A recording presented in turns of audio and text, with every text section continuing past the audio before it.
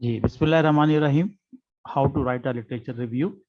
ये आपकी दो तरह से मदद करेगा आज का लेक्चर। नंबर एक, जो आपने असाइनमेंट्स करने हैं उनको लिखने में, उनको हल करने में, और उनके जो सॉल्यूशंस हैं वो आपको इससे मिल जाएंगे। दूसरा, जो मिड टर्म के हवाले से हमारा ओपन बुक एग्जाम है, उसमें भी आपको ये चीज़ें बताई जाएंगी कि किस तरीके से करना है हमने, और किस तरीके से हम इसको परफॉर्म कर सकते हैं अपने दोनों चीज़ों को। अच्छा, लिटरेचर रिव्यू हमारे पास जो है वो दो तरह से है। एक वो है जो पब्लिश है, और वो एक जो अनपब्लिश है। अच्छा, अब आप ये कह सकते हैं कि जी पब्लिश तो आ गया हमारे सामने, कि जी जो छप गया, हमने ऑनलाइन ले लिया या किसी लाइब्रेरी से जाके हमने किताब ले ली। लेकिन अनपब्लिश से क्या मुराद है? तो अनपब्लिश मुराद ये होती है कि जैसे अभी थीसिस खत्म हुए हैं लोगों के, वो पब्लिश नहीं हुए अभी, ठीक है ना, या किसी कॉन्फ्रेंस के अंदर भी उन्होंने उसका कोई एसेंस निकाल के नहीं दिया उसको, तो वो अनपब्लिश है। तो आप उनसे भी इस्तेफादा कर सकते हैं, और इस्तेफादा करने के बाद अल्टीमेटली फिर आपको उसमें रेफरेंस भी आपने उसको देना होगा। हम करते क्या हैं, क्यों करते हैं लिटरेचर, कि हमें जो स्टडीज होती हैं, हमें ये मालूम हो जाता है कि क्वालिटीज़ क्या हैं, कौन सा पेपर बहुत बेहतर है, कौन सा कमतर है। शुरू में एक पेपर या दो पेपर पढ़ने से तो आपको शायद अंदाज़ा नहीं हो पाएगा, लेकिन अब जब बहुत सारे पेपर पढ़ेंगे 10-15, तो आपको अंदाज़ा हो जाएगा कि पेपर की क्वालिटी किस हद तक है। And select for the inclusion, तो फिर हम डिसाइड करते हैं कि किन पेपर्स को हमने रेफरेंस करना है।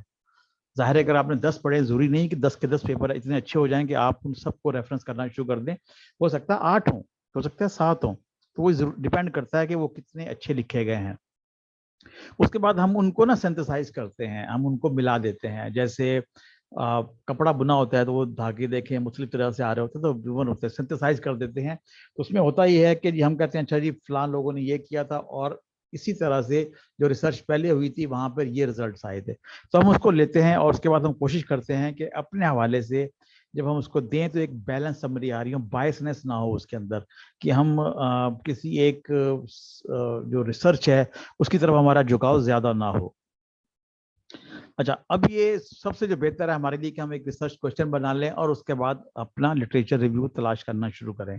हमारे केस में क्या हुआ है कि हमने एक पेपर दे दिया है, उस पेपर को सामने रखते हुए आप यूँ समझ लें कि वही आपका रिसर्च क्वेश्चन है, उसी को लेके आप चल रहे हैं। ठीक है जी, अब आपने जो भी लिटरेचर तलाश किया है वो कोशिश करेंगे उसी के महवर के अंदर हो वो। फिर उसके बाद ये देखेंगे उसके कीवर्ड्स कितने बन सकते हैं। आमतौर पर हर पेपर के अंदर 4, 3, 4, 5 दिए होते हैं पेपर, लेकिन आप कोशिश करेंगे आप खुद डिजाइन करें कीवर्ड्स। जब आप कीवर्ड्स बनाएंगे बहुत सारे, तो आपको अंदाजा हो जाएगा कि उसको जुमलों के अंदर, उनको सेंटेंसेस के अंदर लिखना कितना आसान हो जाता है आपके लिए। फिर उसके बाद आप सर्च हम जब करते हैं नेट के ऊपर, और मैंने पहले ही बता चुका हूँ, एंड और इन्वर्टेड कॉमा के साथ, माइनस के साइन के साथ, प्लस के साइन के साथ, तो जो आप चीज़ें तलाश करते हैं आपको कीवर्ड्स की मदद से, तो आपको जो पेपर्स हैं वो काफ़ी हद तक रिलेटेड मिलते हैं। सर्च इंजन जो है वो ये, अगर आपके पास है IEEE का है, स्कोपस है, साइंस डाइजेस्ट है, स्प्रिंगर, ACM, कॉमन डेस्क। इनके अलावा रिसर्च गेट है, अकेडमिया के नाम से एक है चीज़ है। तो ये वो चीज़ें जहाँ से आपको पेपर बड़े आसानी से मिल जाते हैं। मैंने किसी लेक्चर के अंदर आपको ये भी बताया था कि अगर आप फेसबुक पे जाएं तो वहाँ पे बहुत सारे ग्रुप बने हुए हैं जो के पेपर मिलने में आसानी होती है। लेकिन यहाँ जो मैं सर्च इंजन की बात कर रहा हूँ वो ये है कि हम इसको सिर्फ सर्च करने के हवाले से, डाउनलोड करने के हवाले से ये नहीं है।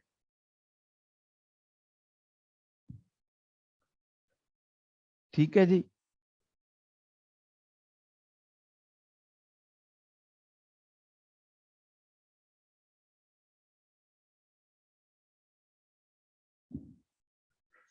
अच्छा जी, अब वही आपको हमने थोड़ा सा रिवाइज भी कर लें। आपको याद होगा मैंने शुरू में बताया था आपको कि आपने पेपर तलाश करने हैं तो सबसे पहले आपने देखना ये है कि उसके टाइटल्स क्या हैं। एब्स्ट्रैक्ट से आप अंडरस्टैंड कर लेते हैं, फिर आप एनालाइज करें इंट्रोडक्शन और कंक्लूजन के सामने रखते हुए कि किस तरीके से है।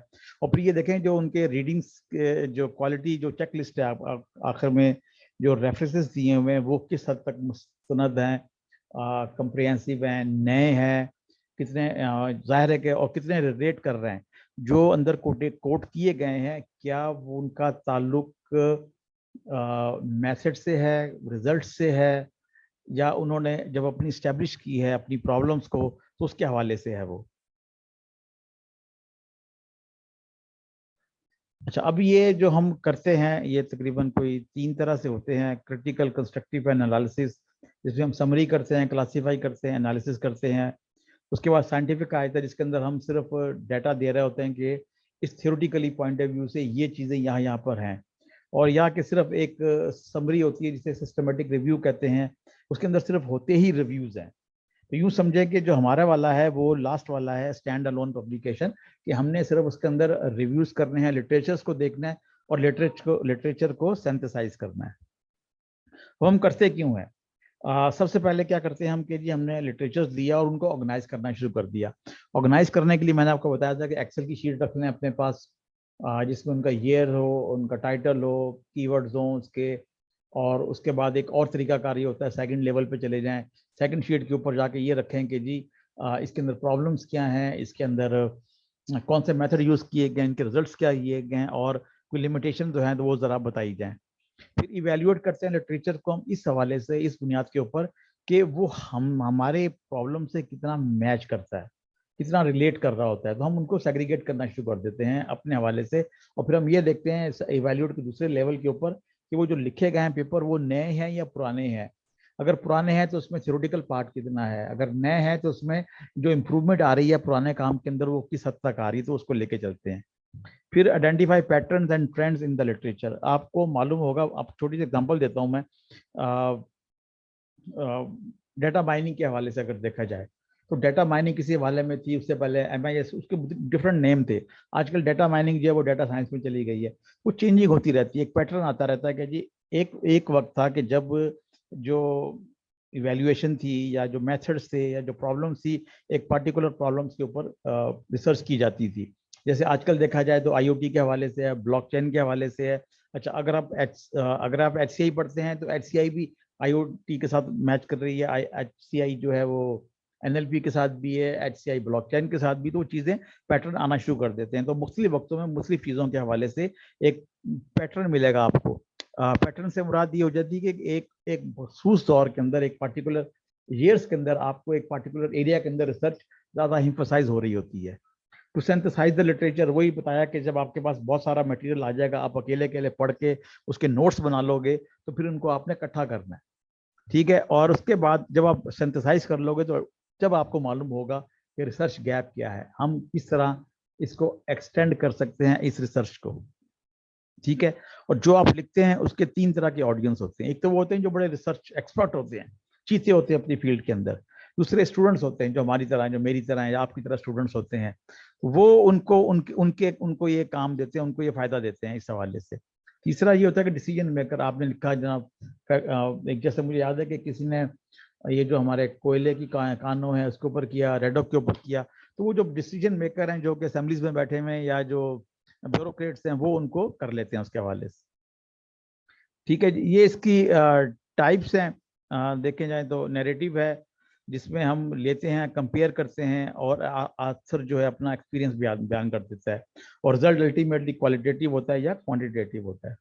एविडेंस वाला जो होता है वो सेलेक्टेड स्टडीज होती हैं, कंबाइन किया जाता है सिस्टमेटिक, लेकिन उसके अंदर रिजल्ट्स को ज़्यादा एक्सप्लोर किया जाता है कि जो रिजल्ट्स आए हुए हैं वो किस तरीके से बेहतर अंदाज में पेश किए गए हैं। सिस्टमेटिक भी ये होता है कि बहुत सारी लेते हैं, जैसे फर्ज कर ले जी आप लेते हैं रिसर्च मेथड्स पे ले लेते हैं आप, और आप ये देखते हैं कि पिछले 20 साल में या 10 साल में कितने रिसर्च मेथड्स के ऊपर पेपर छपे हैं, और फिर उनको आप स्टेटिस्टिकली प्रूव करते हैं कि अच्छा जी इसकी ये टॉपिक्स है और इन टॉपिक्स को लेकर रिसर्च मेथड्स के अंदर इन चीज़ों को ज़्यादा उजागर किया गया है। स्ट्रक्चर वही है, इसका जो हम लिखते हैं एब्स्ट्रैक्ट है, इंट्रोडक्शन है, बॉडी ऑफ द पेपर में वही टेक्निक्स आ जाती हैं, रिजल्ट्स आ जाते हैं, डिस्कशन आ जाते हैं, लिटरेचर रिव्यू के हवाले से कंक्लूजन है और रेफरेंसेस है।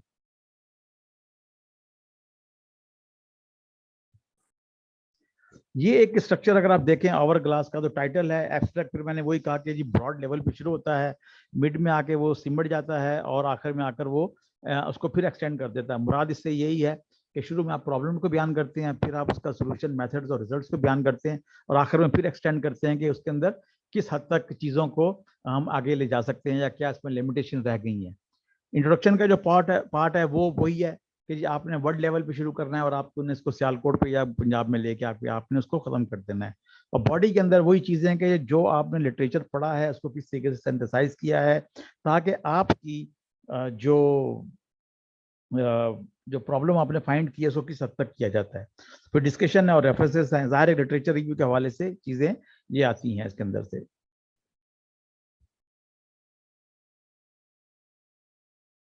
अच्छा जी, अब हम ये देखते हैं, एक मिनट,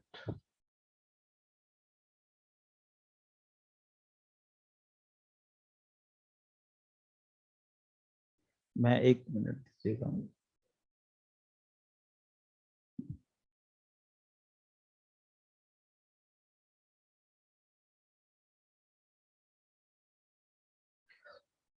अच्छा जी, अब हम ये देखते हैं कि हमने चीजों को लिखना कैसे है। ठीक है, जिसमें तीन चीजें हैं जो ज्यादा आती हैं, इंट्रोडक्शन और बैकग्राउंड है। आपने सबसे पहले अपना जो आपको जो काम दिया गया उसके अंदर आपने अपने टॉपिक को इंट्रोड्यूस करवाना है। ठीक है जी, और वो इंट्रोड्यूस इस तरीके से कराएंगे आप कि पढ़ने वाला क्या, अच्छा जी मैंने पढ़ना है इसको आगे जाकर। ठीक है जी, उसके बाद आपने एक्सप्लेन करना है कि आप ये क्यों करना चाह रहे हैं काम उसके अंदर। ठीक है, इंट्रोडक्शन पार्ट के अंदर। और बताएंगे कि राइटिंग का आगे पर्पस प्रपोज करेंगे कि राइटिंग द रिव्यू, यानी कि उसमें किस चैप्टर के अंदर किस सेक्शन के अंदर क्या क्या चीजें आएंगी। ठीक है जी, अपने जो इसका इंट्रोडक्शन है, मैंने आपसे पहले भी कहा था कि 3 या 4 इसके सेक्शन होने चाहिए। ठीक है जी, तो वही 1/5 पेज है या 1 पेज ज्यादा बन जाता है। इंटरेस्ट कैसा आप करें, एक बिग पिक्चर देनी है आपने कि जी अच्छा जी हमने वर्ड से शुरू किया, बर्रे आजम आ गया, उसके बाद जब कंप्यूटर साइंस लिया, कंप्यूटर साइंस के अंदर बहुत सारे सब्जेक्ट्स हैं, मेरा सब्जेक्ट जो है वो ये वाला है, और उसके अंदर मजीद ये जिसके ऊपर मैं एक काम करना चाह रहा हूँ। आपने समराइज नहीं करना चीज़ों को आपने। ठीक है जी, आपने चीज़ों को अपने अल्फाजों में लिखना है, अपने अल्फाजों में बयान करना है, और जो मुख्तलिफ वर्क है उनको सिंथेसाइज करते हुए चीज़ों को साथ लेके चलना है। ठीक है, इस दौरान अगर आपको उसमें कोई टेबल्स मिलते हैं, अगर आपको कोई फिगर्स मिलते हैं, अगर वो आप प्रेजेंट कर देते हैं और एक फ्लो के अंदर प्रेजेंट करते हैं, तो इसमें आपकी जो रीडेबिलिटी है वो बढ़ना शुरू हो जाती है। ठीक है, एनालिसिस, सिंथेसाइज एंड इंटरप्रेट। अब आपने उसको चीजें ली, आपने आपके पास अगर फर्ज कर लें 5 पेपर लिए आपने, तो 5 का आपने अपने तमाम चीजें निकाल कर रख ली। अब आपने उनको मिलाना है, आपने उनको इकट्ठा करना है। अब वो इकट्ठा करने के लिए आपने क्या करना है, सिंथेसाइज करना है कि जितनी उसकी रेलेवेंसी है उसको उसके बेस के ऊपर आपने चीजों को मेरिट के ऊपर लाते हुए रखना चाहिए। इसकी रेलेवेंसी बहुत ज्यादा है, इसकी कम है, तो उस तरीके से आपने बयान करना शुरू कर देना इसके अंदर से। याद रहें कि आपने फोकस रहना है, टॉपिक के इर्द गिर्द ही घूमना है आपने। अगर आप टॉपिक को ले जाएंगे, घुमाना शुरू कर देंगे या बहुत सारी बातें करना शुरू कर देंगे, तो आपके लिए मुश्किल हो जाएगा। मैंने पहले भी कहा था कि एक पैराग्राफ अगर आप लिखते हैं तो उसमें 7 to 12 लाइंस होनी चाहिए, लेकिन एक ही आइडिया को डिस्कस किया जाए। अगर आप बहुत सारे आइडिया डिस्कस करेंगे तो उसमें बहुत सारी कबातें आ जाती हैं। अच्छा, और पैराग्राफ जब शुरू करते हैं तो उसका ताल्लुक किसी ना किसी तरीके से जो इससे पहले वाला पैराग्राफ है उससे होता है, और आखिरी जो उसके बाद जो आने वाला पैराग्राफ है उससे उसका ताल्लुक होता है। इसकी मिसाल ऐसे ही है जैसे थीसिस है, फर्स्ट कर लें उसके 5 चैप्टर्स हैं, तो पांचों चैप्टर एक दूसरे से लिंक कर रहे होते हैं। जैसे पहला चैप्टर इंट्रोडक्शन होता है, दूसरे में लिटरेचर रिव्यू होता है, तीसरे में मेथड्स होता है, चौथे में रिजल्ट्स होता है, और पांचवें में कंक्लूजन हो जाता है। तो ये सारे एक दूसरे से रिलेट कर रहे होते हैं, ये इसके बगैर नहीं होते। ठीक है, जब आपने चीज़ों को लिखना है तो अपने पॉइंट्स बनाना शुरू कर दें, चाहे हेडिंग देना शुरू कर दें, चाहे उसके अंदर आप जो पैटर्न एक पार्टिकुलर आ रहा है उसको सामने रखते हुए लिखना शुरू कर दें।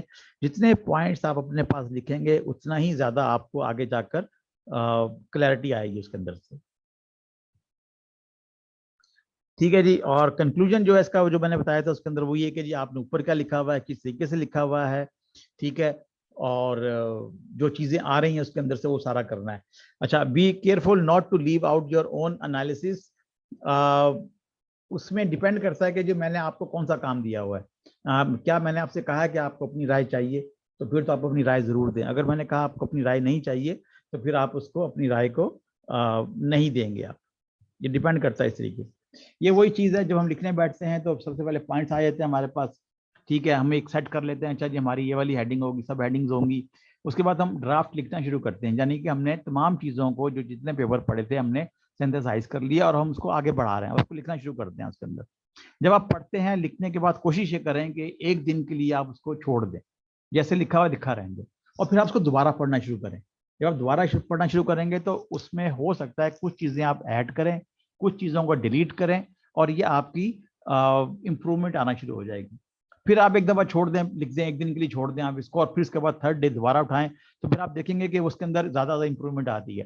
तो जितनी आप ड्राफ्ट को री राइट करेंगे एक दिन का गैप देकर, उतना ही आपको आसानी के साथ आप बात जो है क्लैरिटी आना शुरू हो जाएगी। आप खुद पढ़ेंगे तो आपको एहसास होगा कि आपने क्या लिखा हुआ है। बल्कि जो सबसे पहला ड्राफ्ट है उसको आप रख दीजिए एक जगह, कहीं संभाल के रख लीजिए। जब आप खत्म कर लेंगे 4 साल की 2 साल की डिग्री अपनी, उसके बाद दोबारा पढ़ के देखिएगा, आप हंसेंगे कि आपने क्या लिखा हुआ है। तो वो शुरू में जब हम लिखते हैं तो वो उस तरीके से नहीं लिखा जा रहा होता, तो इसलिए उसको बार बार आपने रिफाइन करना है। रिफाइन करने का तरीका ये है कि एक ही नशिस्त के अंदर बैठ कर उसको सेकंड टाइम रीड ना करें, क्योंकि वो आपको गलतियां नजर नहीं आएंगी उसके अंदर से, अनलेस कि आप एक दिन का गैप दें। ये फिर वही उसके एक पैटर्न कह लें आप उसको। प्री राइटिंग से मुराद ये कि आपने तमाम चीज़ों को इकट्ठा करना है, अपने पॉइंट्स को लेकर रखना है, आपने पेपर्स जमा करने हैं, और उसके बाद आपने इसको लिखना शुरू कर देना है। और फिर बार बार आप देखें रिवाइज कर रहे हैं, री राइट कर रहे हैं, प्रूफ रीड पब्लिश, वो सारी चीज़ें वही हैं जो इससे पहले वाले प्रोसेस के अंदर मैंने बताया कि जी आप पढ़ें, लिखें, पहले पढ़ें, और पढ़ने के बाद एक दिन का गैप दें, तो आपको बहुत अच्छे तरीके से उसके अंदर इसकी इंप्रूवमेंट आना शुरू हो जाएगी। आपको खुद मालूम हो जाएगा कहाँ पे फ्लो है, कहाँ पे फ्लो नहीं है। हाँ, ये एक क्या कहना चाहिए, यूएमएल टाइप की एक है इसके अंदर ऑथर एडिटर। ये जब हम भेजते हैं अपना पेपर लिख कर, तो उसमें हमारा क्या रोल होता है, एडिटर का क्या रोल होता है, और रिव्यूअर जो कि इवेल्युएट करता है आपके पेपर को, वो किस तरीके से होता है। आप लोगों में से जिनके अच्छे पेपर आएंगे या कुछ आएंगे, तो मेरी कोशिश है कि एक कॉन्फ्रेंस हो रही है फास्ट फैसलाबाद के अंदर, तो उसकी अभी डेडलाइन है, तकरीबन 1 महीना है जिसके अंदर हम भेज सकते हैं पेपर। तो मैं देखूंगा कि जिनके अच्छे बन रहे हैं हम उनसे और अच्छे तरीके से लिखवा कर हम कोशिश करेंगे कि आपके नाम से एक पब्लिकेशन हो जाए किसी कॉन्फ्रेंस के अंदर ही सही।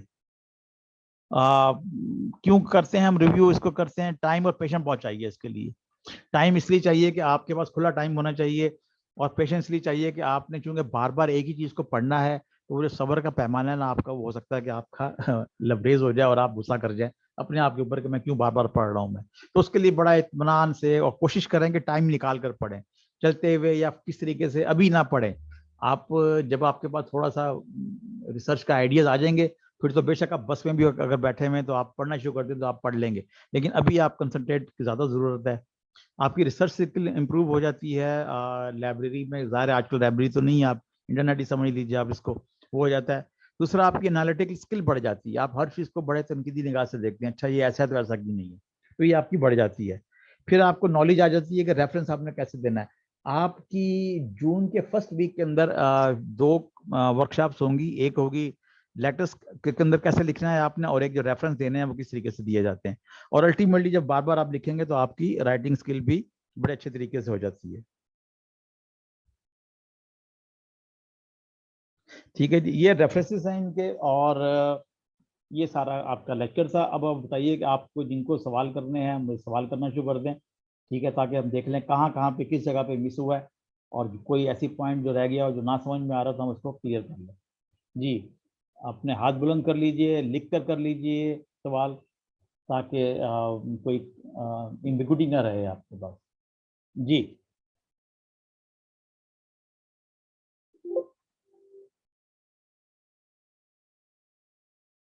जी, कोई सुन रहा था मेरा? जी तंजील रब्बानी जी बोले। अस्सलाम वालेकुम सर। वालेकुम सलाम। ऐसे सर ठीक है आप? जी जी ठीक। सर मेरा क्वेश्चन है, जो आपने अभी लेक्चर इसमें आपने हमें बताया कि रिसर्च इंजन जो आप यूज़ करें, फॉर एग्जांपल IEEE एक्सप्लोर, इसमें सर आपने कहा था कि आपने जो रिसर्च है वो सिर्फ रिसर्च करनी है, डाउनलोड नहीं करना। जिससे सर मुराद मतलब जैसे हम विकिपीडिया से हेल्प लेते हैं इसी तरह से। जी बोले, सुन रहा हूँ मैं। तो सर इसी तरह से हम जो वहाँ से हेल्प लेंगे, सिर्फ आप डाउनलोड नहीं करना, उसी की थोड़ी समझ नहीं जी आई, मैंने एक्सप्लेन कब कर कहा कि देते हैं। डाउनलोड डाउनलोड नहीं करना? मैंने ये कहा है कि आप डाउनलोड अगर नहीं हो पा रहा तो कुछ फेसबुक पे ग्रुप रखे हुए हैं, वो डाउनलोड करके दे देते हैं, या आपको रिसर्च गेट से मिल जाते हैं। ठीक है सर। अच्छा, ये एक क्वेश्चन आया सबा फरजीन का कि जी कितने वर्ड्स लिख सकते हैं। अच्छा, अभी मैं आपको वर्ड्स नहीं दे रहा, एक लिमिटेड नहीं कर रहा आपको। उसकी वजह यह है कि हो सकता है कि अगर मैं लिमिट दूं 5,000 की, 4,000 की, और तो मालूम हो कि जी आपको उसके बाद वाले पेपर जो थे ज्यादा अच्छे थे, तो आप उसको नहीं कर सकते। तो बेहतर ये है कि जितना आप लिख सकते हैं आप लिखें। अच्छा जी, एक और सवाल है कि जी the analytic writing skills are very important in. जी एनालिटिकल इसलिए है कि आप कोशिश करें कि तनकीदी निगाह से देखें। आप तनकीदी निगाह से अगर देखें ना, अगर आपने आपके सामने एक तस्वीर रखी हुई है, अगर आप उसमें से कोई नुक्ता नहीं निकाल पाते तो इसका मतलब यह है कि आपके अंदर वो स्किल नहीं है कि आप एनालिटिक कर सकें किसी चीज का। यहाँ बेहतर यही है कि आप तजिया करें, चीजों को देखें कि किस तरीके से उसमें से क्या चीज निकाल सकती है। बल्कि आज ये जब आप रात को खाना पकाएं तो अपने ही काम में से कीड़े निकाल के देखें आप, जैसे अच्छा जी इसमें अगर मैं इसको ऐसा कर लेती ज्यादा अच्छे तरीके से हो सकता, या घर में कोई चीज रखी हुई है, डेकोरेशन पीस है या कुछ सेट है आपके घर में चीजों का, उसी को जरा तनकीदी निगाह से देखें। इस अगर आप लोग आगे जाके रिसर्च करना चाहते हैं तो आपके अंदर ये सलाहियत बहुत ज्यादा होनी चाहिए कि एक पेपर पढ़ें और उसमें से आप चीजें निकालने कि अच्छा जी इसमें तो ये खामी है, या इसके अंदर ये काम नहीं हो सका, या मैं इस काम को इस अच्छे तरीके से कर सकता हूँ। जी नेक्स्ट क्वेश्चन।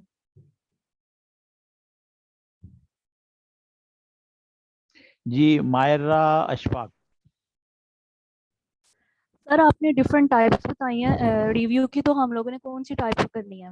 नैरेटिव बेस्ड अभी हम कर रहे हैं ये वाली, क्या कहते हैं इसको, सिस्टमेटिक वाली।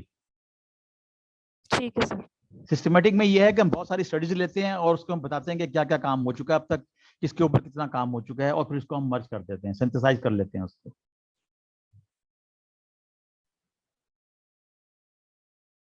अच्छा जी, research paper and review paper में डिफरेंस क्या होगा, और रिसर्च पेपर क्यों लिखते हैं? अच्छा, रिसर्च पेपर असल में रिसर्च पेपर एक ओपन टर्म है, जैसे इंसान। अब इंसान से नहीं मालूम हो रहा कि मेल है या फीमेल ठीक है, तो इंसान है या, ठीक है। रिव्यू पेपर क्या है कि हमने कहा कि जी हम रिव्यू से क्या मुराद है कि किसी भी चीज को देखना और उसके बाद उसको इकट्ठा करके लिखना। तो आपने 5 या 10 या 15 पेपर रिव्यू कर लिए और उसको मिलाकर आपने एक नया पेपर लिखा, तो वो रिव्यू पेपर ऐसा है। ब्रॉड ब्रॉड सेंस में रिसर्च पेपर है, और रिव्यू एक उसकी स्पेसिफिक है उसके लिए। मोहम्मद रबा जी। सर आपने उधर असाइनमेंट में कहा है कि प्रॉब्लम डिस्कस करना है। सर वो प्रॉब्लम एक फर्ज करें अगर हम लोग एक पेपर पढ़ते हैं और उस पर लिखा होता है कि जी हम आपको एक ब्रॉड व्यू देंगे या बर्ड आई व्यू देंगे, तो उसको भी हम एज अ प्रॉब्लम ही कंसिडर करेंगे? नहीं, वो डिपेंड, देखें आपने अपनी प्रॉब्लम बतानी है, उनकी प्रॉब्लम नहीं बतानी। उनकी प्रॉब्लम तो आपने बतानी है, लेकिन एंड में आपने अपनी प्रॉब्लम बतानी है कि इन 5 को पढ़ के मैं समझता हूँ कि ये इस प्रॉब्लम को हमने हल करना चाहिए। जी ठीक होगा सर, ठीक होगा। असल में मैं चाहता था कि आज हमारी क्लास फेस टू फेस हो, क्योंकि इसमें बहुत सारी चीजें हैं, ठीक है ना, लेकिन लकीली कुछ इस तरह के हालात हो गए। लेकिन अगर हम कल आते हैं, ठीक है, उम्मीद है हालात अच्छे रहेंगे, तो 10-15 मिनट की हम क्लास कर लेंगे और इसके अलावा भी, ठीक है, ताकि चीजें जो है ना क्लियर हो। क्योंकि अभी नेक्स्ट वीक आपने जमा कराना है मिड टर्म के हवाले से, तो वो ये ना हो कि चीजें आप बिला वजह की आप गलत हो जाएं या आप ऐसी चीजें कर लें जो ना हो सके। जी जुनैरा शफकत अली। सर वालेकुम सलाम। सर मैं ना आपने मिड का कर रही थी, I was working on it. तो सर मैंने पेपर्स हैं कुछ निकाले हैं। एक बात तो ये है कि आपने जो पेपर दिया बेस लाइन पेपर, उसमें काफी सारी प्रॉब्लम्स हैं। जो रिव्यू पेपर्स हैं उनमें मतलब कि एक प्रॉब्लम नहीं, डिफरेंट प्रॉब्लम्स एड्रेस्ड हैं। हम उन एक प्रॉब्लम उसमें से लेके उसकी ही मतलब उसको ही हम अपना फोकस रख लेते हैं और उसी के ऊपर रेलेवेंट रिसर्च पेपर्स निकाल लेते हैं, राइट? जी जी, अगर फर्ज कर अब लें, जो एक पेपर है, जी जी जी सर, जी, मैं ये कह रहा हूँ कि अगर सर आप बेस बोल बेस पेपर के अंदर अगर फर्ज कर लें आपको एक से ज्यादा प्रॉब्लम मिल रही है, तो आपको एक प्रॉब्लम चूज कर लें। जी ठीक है। अच्छा सर, उसके बाद जो सोल्यूशन है, सोल्यूशंस के अंदर जब आपने जिस तरह हमें समराइजेशन की बात की लिटरेचर रिव्यू की टेबल फॉर्मेट में, अब क्योंकि ये टेबल फॉर्मेट में है तो मतलब मैं हर एक का प्रेफरेंस स्टाइल होता है। I will prefer to write it in bullets form के ये प्रॉब्लम है, ये सोल्यूशन है, राइट? अब जो उन्होंने सोल्यूशन गिवन उसमें फिगर्स भी हैं, there sometimes certain formulas also given. हमने क्या हर चीज डिस्कस करनी है, या एक जेनेरिक जो सोल्यूशन, एक प्रॉब्लम थी जिसका उन्होंने एक अप्रोच यूज की और सोल्यूशन दे दिया, वो डिस्कस करना है सिर्फ, मतलब शॉर्ट एंड प्रिसाइज?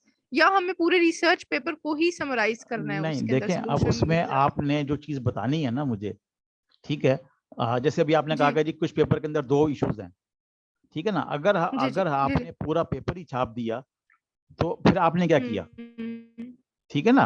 इसका मतलब ये कि सर, वो आप समझे ही नहीं हो। आप समझ के उसको, चाहे वो फिगर है या कोई और चीज है, वो आपने अपने अल्फाज में बयान करनी है। 100% तो आप वो चीज आपने गेस करोगे ना, अच्छा जी फलां चीज से ये चीज मुझे मिली है और मैं समझता हूँ कि मेरी अंडरस्टैंडिंग के मुताबिक इसका इन्होंने ये सोल्यूशन दिया हुआ है, ठीक है। बाकी चूंकि आप रेफरेंस दे रहे होंगे, अगर मुझे ये चेक करना होगा कि जी आपने जो काम किया है वो उस पर कोई डाउट आ रहा है, तो चूंकि आपने रेफरेंस दिया होगा तो मैं फौरन रेफरेंस जाके चेक कर लूंगा कि जो आपने इंटरप्रेट किया है क्या वो सही किया या नहीं किया।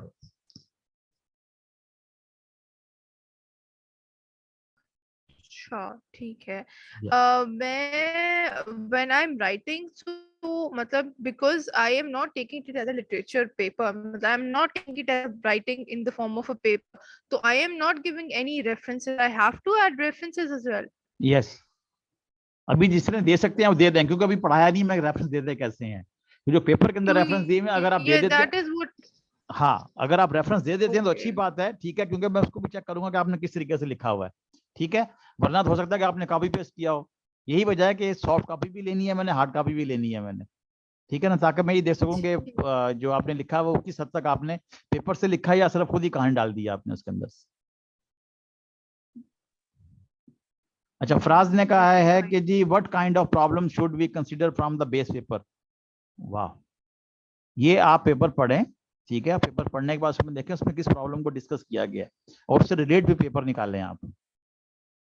और बल्कि फराज मुझे आप आके मिलें, पहले तो मैंने मैसेज भी भिजवाए हैं आपको अफनान के थ्रू और बाकी लोगों के थ्रू, आप आए नहीं है, तो आप सबसे पहले तो आके मुझे कल मिलें हर सूरत के अंदर, अगर कल हालात अच्छे रहते हैं तो, ठीक है।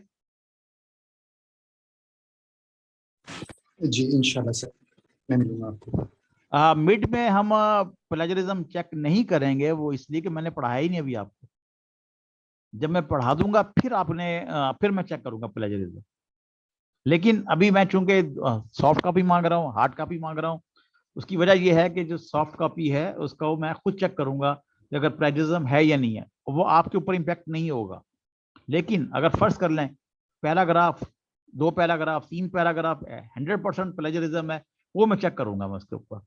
अगर आपने अपने अल्फाजों में लिखा हुआ है फिर तो कोई इशू नहीं है, और पता लग जाता है, पता लग जाता है कि हमने खुद लिखा हुआ या किसी और ने लिखा हुआ, तो उसके लिए कोई ऐसा इशू नहीं। जी नेक्स्ट, जी रबाब जी। सर ये आपने भी प्लेजरिज्म की बात की है सर। नॉर्मली हम लोग देखते हैं कि वैसे आप सर पहले ये बता दें प्लीज कि प्लेजरिज्म कितने परसेंट तक एक्सेप्टेबल होता है? ये 19% होता है ओवरऑल, और लेस देन 5% सिंगल सोर्स से। इसकी बकायदा एक लेक्चर है, वो मैं तो दूंगा ठीक, आपको आगे जाके। जी और जी ठीक हो गया सर। हाँ, सर कोशिश क्योंकि करें कि नॉर्मली अपने अल्फाजों में लिखेंगे रेफरेंस देकर, तो प्लेजरिज्म नहीं आता, ये ज़हन में रख लें आप। सर एक ऑब्जर्वेशन ही है, जिस तरह आप अपने वर्डिंग में भी लिखते हैं फिर भी प्लेजरिज्म आप अपने वर्डिंग में भी लिखें तो फिर भी 35-39% तक चला ही जाता है। वो रेफरेंस नहीं देते ना फिर आप, अच्छा, आप कह रहे हैं कि उसका सोल्यूशन ये है कि फिर आप साथ रेफरेंस दे दें। रेफरेंस दें आप उसको। सर ये जो आपने अभी पेपर का कहा है सर, ये भी रेफरेंस हमें देना नहीं आते, मतलब कि वो किस तरह से हम लोग आप रेफरेंस? अगर पेपर पढ़ रहे हैं तो वहां पे लिखा होगा कैसे रेफरेंस दे रहे हैं वो लोग, उसी को कॉपी कर रहे हैं, इतना तो कर सकते हैं ना कॉपी। चले सर, ठीक कर लेते। वो अगर आप, ठीक, इसका मतलब है कि आपके पास आपने जो पेपर पढ़ रहे हैं उन पेपर के अंदर जी रेफरेंस जी दिए हुए हैं ना, वो देखें उन्होंने कैसे दिए जी हुए हैं, दिए मैं लास्ट पे। वैसे वैसे आप दे दें रेफरेंस, इसमें क्या है। ठीक। अच्छा सर एक और चीज है कि जितने भी हम लोग अभी एक बेस पेपर हमारा हो गया, 5 पेपर हमने दूसरे पढ़ लिए, अब फर्ज करें 35-40 रेफरेंस हैं पर पेपर, तो वो फिर सारी ऐसे रेफरेंस होंगे ना हमारे? नहीं, वो डिपेंड करता है किसको आप मेंशन कर रहे हैं, जरूरी थोड़ी है कि सारे आ जाएंगे रेफरेंस। सर मतलब कि मेरा बात करने का मकसद ये है कि अगर आपने 5 पेपर लिए और रेलिवेंट पेपर ही ले लिए आपने अपने बेस हाँ पेपर तो के, जाहिर है कि जब आप तो पेपर अगर लिखते हैं उनके बैठ अंदर कर, तो रेफरेंस, उसमें से सारे के सारे आप इस्तेमाल, मैं नहीं समझता कि आज तक किसी ने इस्तेमाल किया होगा कि अगर मैंने रेफरेंस दिए हैं तो 1 2 3 4 इस्तेमाल होते हैं जो कि खास होते हैं, वो तो फिर जी 100% ठीक है आपने सर, पूरा सही पेपर है। ही कॉपी कर दिया, इसका मतलब है फिर तो। सर जी वो अक्सर तो इस तरह होता है कि कभी कभी हमें पेपर ऐसे भी मिलते हैं कि एक दो पेपर गुजरे आंखों से, वो इस तरह के थे कि 5 पेजेस का था लिटरेचर व्यू वगैरह, और बीच में 7-8 रेफरेंस पेजेस रेफरेंस के लगे हुए हैं।